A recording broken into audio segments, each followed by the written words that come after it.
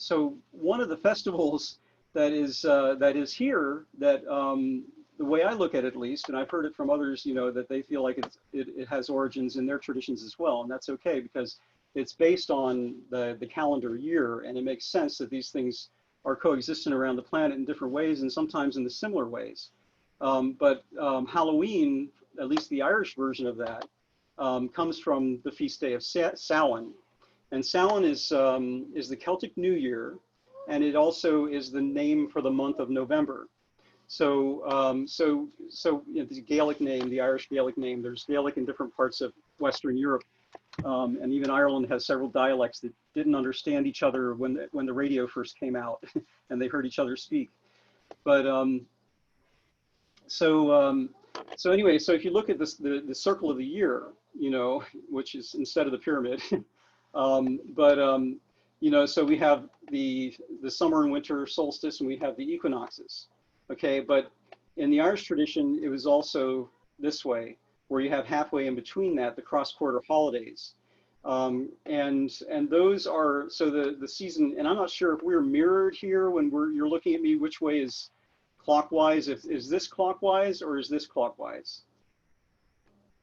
Can you tell me if this is clockwise? Second one, yeah. This is clockwise? No. This is clockwise, okay.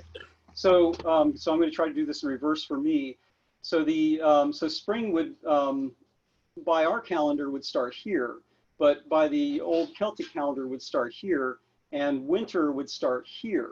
Okay, so Samhain starts here, and then goes through to the end of winter and the beginning of spring here, which is what we call Groundhog Day here, essentially, but it's Imbolc, or the first day of spring coming up to here, and then summer being here, and so on. So the solstices and the equinoxes are in the middle of the seasons instead of being at the beginning of the seasons. So so November 1st is Samhain, and it's actually the night before is Samhain's Eve, or All Hallows Eve, and hallow means holy. So but what you're doing is you're coming back from being outside and coming into the hearth, into the communal hearth with each other. So in the older days, people had bonfires at that time, and anybody could see them from far and wide. So you knew that you could go to the bonfire for that celebration that night. But then it moved inside, and the only way that people would see who had the gathering that night, because there'd be gatherings every night for that whole season. And so whoever had the gathering that night would have a candle in the window. And that's what became the jack-o'-lantern. So when you hear the word jack-o'-lantern, remember that O, like an O'Brien and so on in Irish names, is grandchild of. And so jack-o'-lantern is, comes from that. But it was not about being scary. It was about, and those things would come in as part of humor and a part of exciting stories. But the real depth of what this was about was that you were coming back to the hearth, you were coming back to community, and you didn't want to disinclude those people who were no longer physically with you. So, so what you were doing is you were holding them in their stories. And so whatever home you were at that night, and this is still a tradition in the Gaeltacht regions where they speak Gaelic, you would, I hope I'm not speaking too loud. I get a little excited sometimes. I can speak a little loud. And I get told by friends on the phone that sometimes. But what the tradition is that you would tell their stories first. And it might be people who visited that hearth or people who lived there and that were no longer with you. And it might be stories they told or experiences they happened. So it could be personal stories, it could be traditional stories, any mix in between. But you were holding them at the hearth so that, like you were sitting around the bonfire and those flames were coming up and the smoke was there, they were on the other side of the circle where things were wavery, and they were there with you the whole time in that circle. You were holding them there by being the voice for them. And so what happens is then with that grief, being also to try to make it a healthy grief, you would celebrate who they are and celebrate the value of who they are. And then, so, they talk about the Irish wake being all get drunk and all have all this, going to be bawdy and happy and everything, but it's really more of a depth to all of that kind of grief. It's really a celebration of, that's been kind of translated by commercialism here and TV and all that stuff. But, you know, it's really a grief of honoring and celebrating those who are no longer with us, in understanding that we can have sadness and joy at the same time, you know, that we can have those feelings together. And the piece of music that I wanted to share is a very, very brief piece of music, but it's a keening song that's Irish and Gaelic. And you can hear all those feelings being in there at the same time. It's not separate, you know, that we have all of those, that, you know, we have this compartmentalization. And I think it actually comes out of that pyramid, because the people at the top turn off their feelings of those below. They don't want to feel the pain of those they're oppressing and exploiting below. So they, you know, they mentally, and now they see this in scans. If you read the article, Power Causes Brain Damage, and the studies that are in that article, they see that people lose empathy when they have power over others. So we can see that in imperialism all the way back. And there's other things we can talk about that too. But so by getting into that depth in that cycle and getting out of this pyramid, you know, we're taking in those feelings.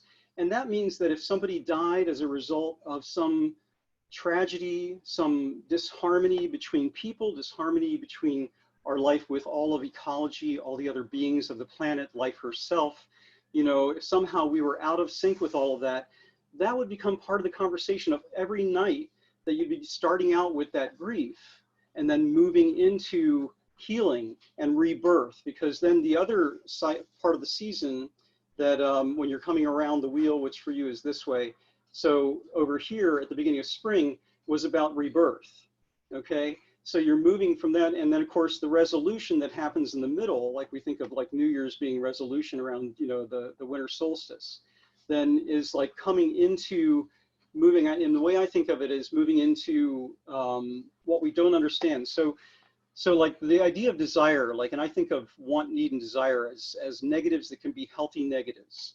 Okay, like attracting to, pulling like a magnet, instead of pushing or punching, which could be positive, right? You know, like that kind of energy from the magnet. So so we use positive and negative, I think, in kind of a miscued kind of a way. But negative can be about how do we draw ourselves, or be drawn towards something, be called or seeking.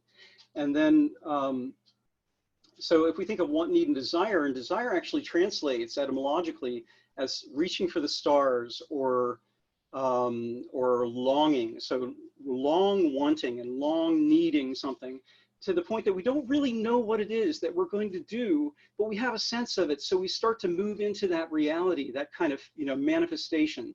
And as a result, then it starts to, you know, we start to form it and tweak it and see if that's, and so it's sort of that rebirth thing that happens in the dark of the winter time, you know, in that seasonal cycle, you know, that we don't really know what it's going to be until it's born, but somehow there's hope turning into what is reality, you know, that we then move into intentionally into our seasonal cycles as our traditions. And I think that kind of mutual intentionality is what we have been leaving out, and leaving out because we've got this whole thing of turning off feelings so we can pander up to the person who's supposed to be feeding us, when really the reality is that maybe they're not at the top because we're feeding them, you know. And you know, this sort of, the Celtic cross has sometimes been this tree of life, and you see the infinity symbol and the yin yang in that as well, that we're actually feeding them. And by turning the flow away from being concentrated by a few individuals getting more than what they need as an addiction, then we turn it back into mutual systems that allow us to have health and well-being, because that's what we're all really seeking if we're not lost in an addiction of needing more and more of something that's never going to satisfy us, because it's really just an addictive drive. So when we sit in circle and we share our mutual intentions, share our feelings, you know, and what it is that we're feeling about these things, then we sense that out and we start to move into what is healthy here? What do we want to be doing that's healthy? And I think that a lot of these traditions have, and you know, the Irish language has been, now you can take a master's in Irish and Gaelic in Ireland. You couldn't do that when I lived there. Now there are schools, we learned Gaelic in school, but it was almost like a second language then. But it was coming back from not being allowed to teach Gaelic, you know, earlier. And you know, so people did it in hiding, and people in my family did the traditions in hiding, and then finally got it out to the crossroads and did dances in the crossroads and so on. Anyway, so, you know, so like recovering these traditions and recovering our languages, you know, our indigenous and more mutual languages, and the culture within them versus imperial languages that have been oppressed upon us. You know, looking into the roots of these languages, we can learn, you know, more of what our intentionality is. And I think that's why it's important to hold indigenous traditions and keep them alive, as well as learning from them and learning what we want to do now and how we want to seek these questions out and solutions. So I think there's, you know, there's value to all of that. How do we form not a McMonoculture, you know, but give ourselves the freedom to be healthy, as well as learning from how our ancestors took on health. And I believe that's all still in our DNA, and we're all, like, you know, bringing that out again as we seek these things out. Okay, I'll stop there. Any questions? Feel glad to answer any parts I've left vague.